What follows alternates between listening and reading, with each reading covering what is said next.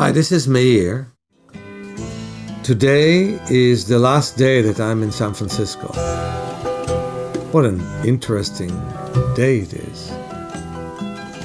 Well, few sleepless nights, few headaches. In fact, I'm almost happy that I had headache. I asked myself the question, when did I had the last headache? Oh, it was about 9 or 10 years ago when my mother died. Now I had one when my father did. My parents, in spite of their deafness, traveled the world.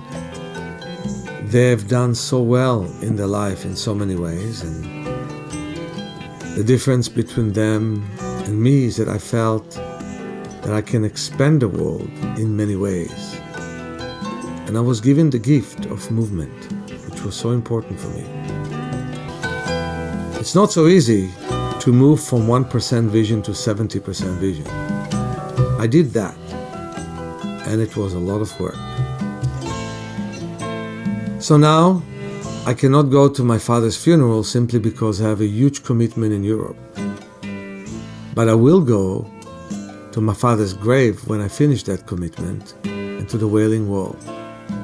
There will be the time to cry, to release, because I felt a minute after he died, we got united. The crime is necessary anyway. So, I want to tell you that there is a lot that I'm doing right now. I will teach 2 days of natural vision improvement and self-healing through movement to the teacher instructors and the Bates Society of Spain in the wonderful city of Barcelona. For myself, on Sunday night, I'll try to find a synagogue to celebrate the Jewish New Year. Then, I'll fly to Rome to teach the Bates Society of Italy. So many wonderful people that I know there. They already saw me last year in Milan, and they're overwhelmed and they want to learn more. After that, I'll meet Susan and some of my best friends in the Black Forest of Germany. I didn't notice that actually in Germany I will have the Kippurim fast. I didn't ever expect that. But I'll have a day to fast before my first lecture, and that makes me feel good, and pray. There's no year where I need it more than now. And then I'll have the greatest pleasure of the 6-day I-class that I will be teaching in Germany. We will have a night walk in the Black Forest of Germany, one of the most beautiful places that can be dark at night, just before winter begins, just when we still have the sun. From there, I'll travel to the Czech Republic, or Czechia as they call it these days, for a 2-day seminar. From there, to Lisbon, Portugal, where one of my best clients who suffered from partial blindness and came here for fantastic sessions, who lives very modestly but gave all of her time to be able to build up a 6-day workshop for me in Lisbon, will happen. Now we'll go to England. And by the way, all you English people, I'm looking for a lecture and for clients in England. I'm full everywhere else. To meet my daughter. My daughter is studying. My daughter who could have been blind because of the cataract she was born with. Who could have been blind because most ophthalmologists wouldn't even do the cataract surgery because of a small cornea. Who sees 20/20 with correction. And 75% of 20/20, 20/50 without correction, is studying for her master's in public policy in England. What a joy of a father. What a wonderful daughter. And what a wonderful son I have here. From there, I'll go to Israel. The good thing is that we're forming a non-profit in Israel to spread my work in Israel. We're looking for love and donations. When I come back to the United States, I will help people to relax after Thanksgiving and before Christmas with a 2-day workshop right here, or a day and a half, whatever you call it. And then the 6-day workshop, 23rd through the 28th of February, right here in San Francisco. It's going to be wonderful. The 6-day I-class will succeed in Germany, in Lisbon, and in San Francisco. And then we'll do a training course on March, the 14th through the 22nd, segment A. And then on August, we'll do segment A and B. And that's going to be segment A 7th to the 15th, and segment B will do the 18th through the 26th. A lot is going to happen this year. The sadness has to be experienced. But that happens to all of us. Death and life happens to all of ourselves. Pay attention to your movement. It's so interesting. When I took once my training course to the beach, one of my best students, who is also my teacher, and the last training course probably was my best. I had 7 wonderful students who were also 7 wonderful teachers of mine. And so my teacher, Susie, who taught movement for years, when we went to the beach and everybody was saying, it's freezing, but everybody took my leadership and we went to the freezing weather, there was one instruction I got that will stay with me forever. When it's freezing, breathe deeply. Isn't that opposite than your general instinct? When it's freezing, most people stop breathing. But actually, as we breathe deeply, the cold did not bother us. And after running, the cold was simply pleasant. And the tea break afterwards was fine in the school, but people weren't cold already. We were open for the experience. Now, a person I admire more than you can imagine is going to continue and read for us her wonderful reading and even sing for us.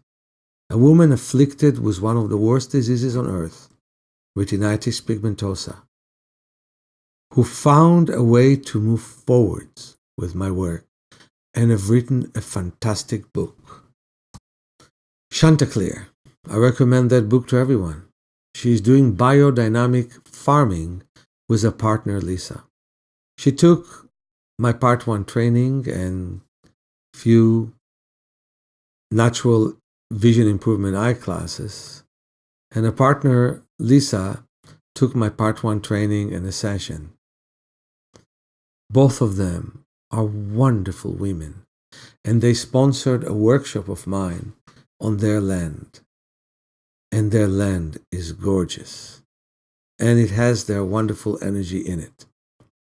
Like everyone else who is a real good student of mine, she is also my teacher.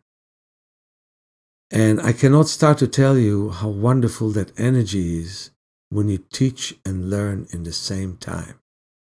I'm inspired by my students. Modify my diet because of one of them, move better because another one of them, learn more what I myself have to teach because another one of them. What a wonderful feeling.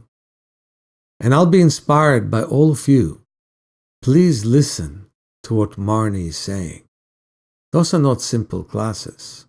Those are life-preserving and life-changing. Look how wonderfully she treats the awful illness that she has. Look how wonderful she treats the wonderful life that she built. And my heart is with her. Palm, rub your hands. Close your eyes. Put your elbows on high pillows. And listen to Marney's reading. It is capturing. But don't hold your breath. Take slowly deep breath through your nose and enjoy the reading. He stops in front of a beautiful display of wildflowers and bends over to look more closely. The students gather around him. "Look at the petals on these flowers. Do you see them?" he shouts over the roar of the ocean. "Yes, they are beautiful," I shout back, bringing a big smile to my face. Many of the other students have left their glasses behind, trying to see the world unaided. We wait in silence. In a few moments, some of them begin to whisper excitedly, "I can see them without my glasses," a young woman exclaims. We stand here for a long time. Meir is bent over with his face just inches above the flowers. I watch as he becomes lost in this world, exploring the grooves in the petals, the bee on the leaf, the pollen that remains on the stamen. For a moment he has forgotten the class. Slowly, as if emerging from a dream, he rises and gives me a pat on the back. "That was wonderful, eh?" For Meir, every illuminated object is a treasure. He wants to share his sense of joy and wonderment with us because he believes it's the first step towards healing. We follow him to the beach, our excitement rising. We wait for our turn at the traffic light, and then all 30 of us practically float across the busy highway. When we reach the overlook, Meir has us pause before descending into the inviting sand. "Everyone, look to the distance. Look at the waves coming in. Relax and breathe. We'll stand here for 10 minutes. Once the ocean breeze has relaxed our minds and eyes, we stumble out to the sand. The chattering increases as the whirling sea mist takes away our shyness. The woman standing next to me starts to tell me her life story. I'm astonished to hear her voice. Inside the classroom, she huddles mutely against the wall. Now she seems open and ready for life. The sand is cold on our feet, but the sun is a welcome ball of heat. We're instructed to face the morning sun with our eyes closed. The morning chatter is hushed, and every student melts into a quiet meditation. Now gently move your head from side to side. Make sure you're relaxing your face, and let the warmth of the sun penetrate through, Meir says in a soft, assured voice. I begin to turn my head from side to side. Immediately I tense up, fearing the sun's intensity will damage my eyes. Trust the instructor, I tell myself. A cool wind kicks up off the cold water and engulfs us. I sense the woman next to me pull up the hood on her sweatshirt. The gust subsides and the sun greets us with a brilliant warmth. Sun, oh sun, where have you been all my life? I chant to myself, realizing how much I've neglected this supreme orb. I relax into it, letting the sun's photons caress my eyes. One of my classmates shouts, "What's the purpose of this exercise?" By turning our heads from side to side, in and out of the sun's light, we're opening and closing the pupillary muscles and increasing circulation, Meir exclaims. I begin to appreciate that these organs of perception actually need the light of the sun for nourishment. My eyes are digesting the light. Like the rest of my body, they need to be reawakened to their role. Just as I rolled from side to side to feel my shoulders, I need to move my head from side to side to remind my pupils how to contract and expand in the presence of light. A leaf needs the sun. The packets of energy in the form of wave touch the surface of the leaf and relinquish their identity. At this point, the wave willingly allows the chloroplast of the plant to convert this energy into a chemical useful for the plant. My eyes need the sun too. Like the leaf, they take an energetic wave and fold the energy into a molecule. My eyes yearn for the sun. I too need to feed from the natural world. I am part of nature. When the class is over for the day, I decide to return to the beach. I sit at the edge of the sand so the cold water doesn't drench my feet and watch the waves as they effortlessly ebb and flow. I think about how the sea maintains a constant in and out flow while also moving the water up and down the width of the beach. I think about the beauty of the tide coming in and going out. I gaze at the horizon. My universe has just expanded. It's nearly sunset, and I can see the exact place on the horizon where the sun will dip below the sea. The simple symphony of sounds and rhythms relaxes every nerve in my body. In and out, up and down, day in and day out. In the case of retinitis pigmentosa, the tide doesn't go in and out. Instead, the blood seems to stagnate and pool. The rod cells don't withdraw the fluid from the retina after they've been bleached by the sun. Instead, the fluid hangs around, burning permanently images into my eyes. My mind wanders back to the days I sunned on the beach in San Diego. I remember the countless hours I spent lying on my beach mat and memorizing the movements of molecules as if I were memorizing the items in my beach bag. There was no life in these images, just the need to memorize the chain of events. Now I realize that those molecules are fluid, like the cadre of eye students moving down the beach.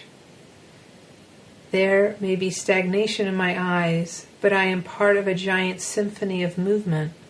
I can choose to dance, or I can choose to cry. I can feel my frozen attitude about my eye disease begin to melt, and I walk feeling the sand give under my feet, and sing over and over again, return again, return again. Return to the land of your soul. Return to what you are. Return to who you are. Return to where you are. Born and reborn again.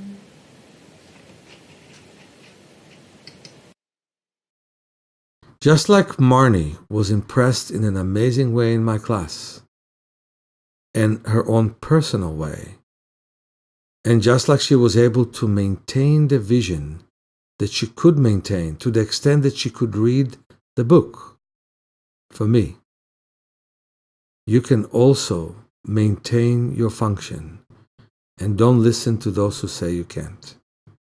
Much love to all of you. Meir.